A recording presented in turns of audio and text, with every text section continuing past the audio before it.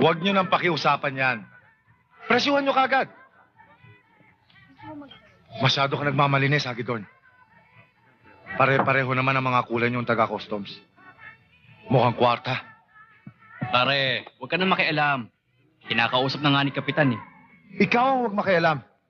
Nakikipagliwanagan lang ako dito. Pwede ba, Hagidorn?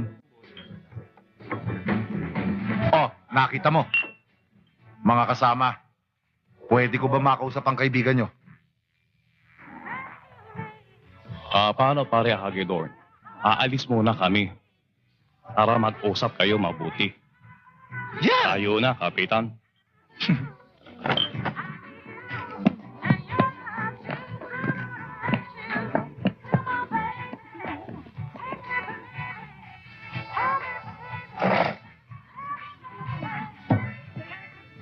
Mahilig ka pala sa gitara, Hagidorn.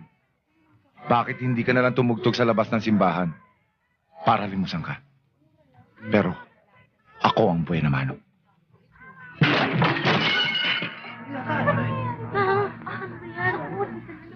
Umuwi na kaya tayo. Huwag awat. Pag wala na Hagidorn, tayo libre na.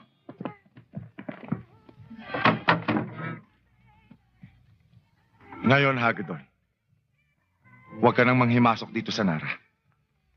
Para hindi mapabilis ang biyahe mo sa sementeryo. Nagkakamali ka ng dinuduro mo. Una, deputy agent ako ng customs. Pangalawa, baka kainin mong sinasabi mo. At pangatlo, Kapag hindi ka umalis dito, bubunutan kita ng baril.